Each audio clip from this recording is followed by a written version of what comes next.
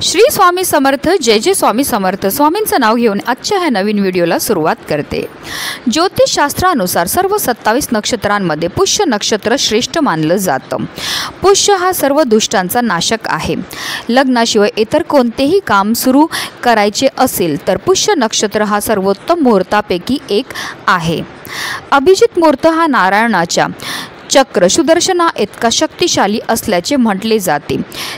तरीही पुष्य नक्षत्राचा प्रभाव आणि या दिवशी तयार झालेला शुभ मुहूर्त इतर मुहूर्तांच्या तुलनेत सर्वोत्तम मानला जातो। पुष्य नक्षत्राला नक्षत्राचा राजा म्हटला जातो। जेव्हा पुष्य नक्षत्र गुरुवारच्या दिवशी जुळून येतं तेव्हा त्या स्थितीला गुरुपुष्यामृत संयोग म्हणतात। या संयोगात केलेली खरेदी खूप शुभ मानली जाते। यंदा अश्विन कृष्ण अष्टमी तिथीला म्हणजेच गुरुवारी 24 ऑक्टोबर रोजी गुरुपुष्यामृत योग जुळून येत आहे। हा अतिशय शुभ संयोग मानला जातो। दिवाळीपूर्वी हा संयोग जुळून येत असल्याने या संयोगाचे विशेष महत्त्व आहे। या दिवशी महालक्ष्मीला प्रसन्न करण्यासाठी लक्ष्मीनारायणाची पूजा करावी। पूजेमध्ये ओम श्री ह्रीं दारिद्र्य विनाशेद्य धनधान्य समृद्धी देही देही नाम या मंत्राचा 108 वेळा आपल्याला जप हा करायचा आहे। किंवा तुम्ही कनकधारा स्तोत्र किंवा लक्ष्मी स्तोत्राचं पठण सुद्धा करू शकतात। ह्या स्तोत्राचं पठण केल्यामुळे आपल्यावर फारच लवकर माता लक्ष्मी ही प्रसन्न होत असते आणि म्हणूनच आपल्याला या दिवशी सेवा तर करायची आहेत, पण त्याचबरोबर काही विशेष उपाय सुद्धा करायचे आहेत। आणि म्हणूनच आपल्याला गुरुपुष्यामृत योगाच्या दिवशी गाईला ही एक वस्तू खायला द्यायची। ही वस्तू खायला दिल्यामुळे प्रखरातला प्रकार पितृदोष, ग्रहदोष, शत्रुबाधा, वास्तुदोष तर दूर होणारच आहे, पण आपलं 7 पिढ्यांचं दारिद्र्य नष्ट होऊन आपली कठीणातील कठीण इच्छाही पूर्ण होणार आहे। अतिशय उच्च कोटीची ही सेवा आहे, ज्याबद्दल सविस्तर आणि महत्त्वाची माहिती मी तुम्हाला या व्हिडिओमध्ये देणार आहे। तर व्हिडिओ पूर्ण पहा आणि जर चॅनलवर नवीन असतील तर चॅनलला सबस्क्राईब करा आणि शेजारी बेल आयकॉन सुद्धा प्रेस करा। गुरुपुष्यामृत योगाच्या दिवशी आपल्याला सकाळी ब्रह्ममुहूर्तावर उठायचं आणि स्नान करायचे। स्नान करताना आवर्जून आपल्याला आंघोळीच्या पाण्यामध्ये चिमूटभर हळदही टाकायची। हळद टाकल्यामुळे आपल्या कुंडलीमध्ये असणारा गुरुग्रह बलवान होतो, ज्यामुळे आपल्या जीवनामध्ये असणाऱ्या आर्थिक समस्यांपासून आपल्याला मुक्तता हे मिळत असते। त्यानंतर आपल्याला स्वच्छ वस्त्र हे परिधान करायचे। जर तुमच्याकडे पिवळ्या रंगाचे वस्त्र असतील तर आवर्जून ते परिधान करा। त्यानंतर आपल्याला विधिवत देवपूजा ही करायची आहे। गुरुपुष्यामृत योगाच्या दिवशी श्रीहरी विष्णूंबरोबर माता लक्ष्मी तसेच कुबेर देवता, गणपती बाप्पा आणि महादेवांच्या पूजेला विशेष महत्त्व हे दिलं जातं। तसेच या दिवशी आपल्याला कनकधारा स्तोत्राचं पठण करायचं आहे, लक्ष्मी स्तोत्राचं पठण करायचं आहे, तसेच विष्णू सहस्त्रनामाचं पठण सुद्धा करायचं आहे। ह्या सर्व सेवा करून झाल्यानंतरच आपल्याला ही वस्तू जी आहे ती आपल्या घरी आणायची। जेव्हा आपण सेवा करतो त्याचबरोबर काही उपाय करतो तेव्हा आपल्याला केलेल्या उपायाचं त्वरित फळ हे प्राप्त होत असतं। सर्व सेवा करून झाल्यानंतर आपल्याला दिवसभरामध्ये कधीही गोसेवा जी आहे ती करू शकतात।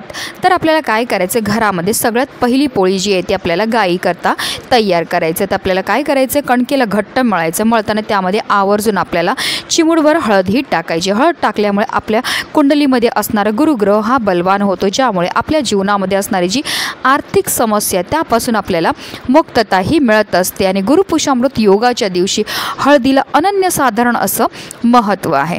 तर आपल्याला ताजी पोळी ही तयार करून घ्यायची आहे। त्या पोळीवर आपल्याला थोडंसं तूप हे लावायचं आहे। पोळीवर तूप लावल्यामुळे आपल्या जीवनामध्ये समृद्धी येते। तसेच त्या पोळीवर आपल्याला आवर्जून थोडीशी हरभऱ्याची डाळ ठेवायची। थोडीशी हरभऱ्याची डाळ आपल्याला थोड्या वेळ भिजत ठेवायची आणि त्यानंतर ती हरभऱ्याची डाळ आणि त्याचबरोबर एक गुळाचा खडा जो आहे तो आपल्याला त्या पोळीवर ठेवायचा। पोळीवर हरभऱ्याची डाळ आणि गुळाचा खडा ठेवल्यामुळे आपल्या आयुष्यामध्ये असणारी जेवढी पण संकट विघ्न दूर होतात आणि आपल्या जीवनामध्ये गोडवा हा निर्माण होत असतो।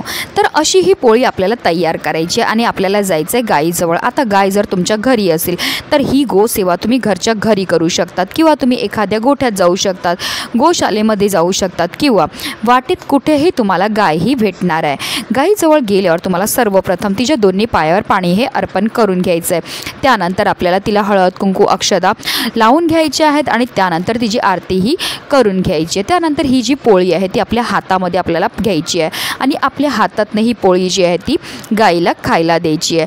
असं म्हटलं जातं जेव्हा गाय आपल्या हातातनं पोळी खाते आणि तिची जीव आपल्या हाताला लागते त्यामुळे आपल्या जीवनामध्ये असणारं जे दारिद्र्य ते दूर होण्यामध्ये मदतही मिळत असते. पोळी खायला दिल्यानंतर आवर्जून आपल्याला गाईला थोडंसं पाणीसुद्धा प्यायला द्यायचं आहे. त्यानंतर आपल्याला गाईभोवती 11 प्रदक्षिणा ह्या मारायच्यात. प्रदक्षिणा मारताना आपल्याला ओम नमो भगवते वासुदेवाय नमः या मंत्राचा जप करत करत 11 प्रदक्षिणा मारायच्यात आणि त्यानंतर आपल्याला गाईच्या पायाखालची थोडीशी माती उचलायची आणि तिने आपल्या कपाळावर टिळा हा लावायचा आहे.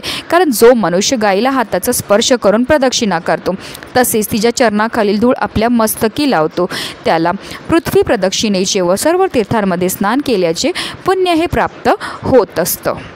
कारण हिंदू धर्मामध्ये गाय, गंगा आणि गायत्रीला अनन्यसाधारण असं महत्त्व आहे. गाईचा जन्म हा समुद्र मंथनातून कामधेनू गाईच्या रूपामधनं झाला होता. त्याचबरोबर माता लक्ष्मीचा जन्मसुद्धा समुद्र मंथनातून झाला होता. म्हणूनच गाईला माता लक्ष्मीचं स्वरूपसुद्धा म्हटलं जातं. गाय 11 रुद्रांची आई आहे, 8 वसूंची कन्या आहे, 12 आदित्यांची बहीण आहे आणि अमृतरूपी दूध देणारी आहे. आणि जो व्यक्ती गोसेवा करतो त्याला स्वर्गाची प्राप्ती होते तसेच त्याचे सर्व मनोकामना सुद्धा पूर्ण होतात. साक्षात श्रीहरी विष्णूंनी सुद्धा आपल्या कृष्ण अवतारामध्ये गोसेवा केली होती आणि म्हणूनच त्यांना गोपाळ हे नावसुद्धा मिळालं होतं आणि म्हणूनच आपल्याला सुद्धा आवर्जून गुरुपुषामृत योगाच्या दिवशी गोसेवा ही करायची आहे. त्यानंतर आपल्याला हात जोडून मनोभावे गोमातेला प्रार्थना करायची. आपल्या आयुष्यामध्ये असणारे जे दुःख आहे, दारिद्र्य आहे ते दूर करण्याकरता मनोभावे प्रार्थना करायची. ही गोसेवा केल्यामुळे आपल्यावर श्रीहरी विष्णू, माता लक्ष्मी तसेच आपले पित्र आणि 33 कोटी देवी देवतांची भरभरून कृपा ही होत असते आणि त्यांच्या कृपेने आपल्या जीवनामध्ये असणारे जेवढे पण संकट आहेत, विघ्न आहेत, दोष आहेत, दारिद्र्य हे नष्ट होऊन आपल्या संपूर्ण कुटुंबाची भरभरून अशी प्रगती होत असते. तसेच आपली कितीही कठीणातील कठीण इच्छाही पूर्ण होते. म्हणूनच व्हिडिओ जास्तीत जास्त लोकांपर्यंत शेअर करा जेणेकरून प्रत्येकाच्या आयुष्याचं कल्याण हो हीच मनामध्ये इच्छा. श्री स्वामी समर्थ. जय जय स्वामी समर्थ.